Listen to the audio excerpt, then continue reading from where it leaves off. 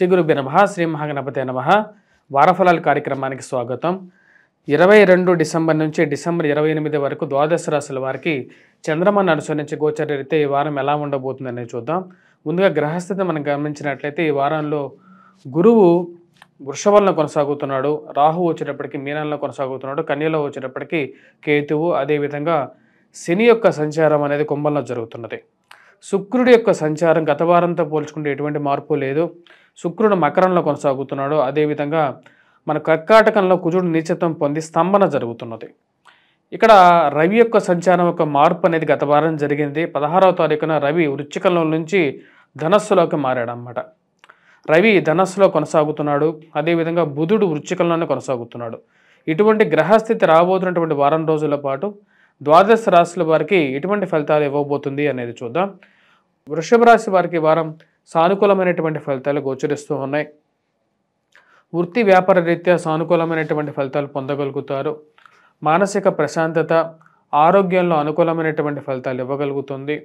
గురు బుధువుల యొక్క పరస్పర వీక్షణ, ఫైనాన్షియల్ రొటేషన్ అనేది సానుకూలంగా ఉంటుంది. స్తబ్దుగా ఉన్నటువంటి జీవితంలో ఫైనాన్షియల్ మూవ్మెంట్ అనేది స్టార్ట్ అవుతుంది. ఇరుగు పొరుగు సఖ్యత విషయంలో సానుకూలమైనటువంటి విషయాలు పొందగలుగుతారు. కోర్టు సంబంధితమైనటువంటి లావాదేవీలో సానుకూలంగా ఉంటుంది. కానీ డబ్బు సమయానికి ఏదో విధంగా ఖర్చు అవ్వటం అనేది బాధించే విధంగా ఉంటుంది. ఈ రాశి వారికి అష్టమంలో రవిగ్రహ సంచారం జరుగుతున్నది. తద్వారా ఆరోగ్యపరంగా కొన్ని జాగ్రత్తలు తీసుకోండి. జీవిత భాగస్వామి ఆరోగ్య సంబంధితమైన విషయాల గురించి ఎక్కువగా ఆలోచన అనేది కలుగుతూ ఉంటుంది.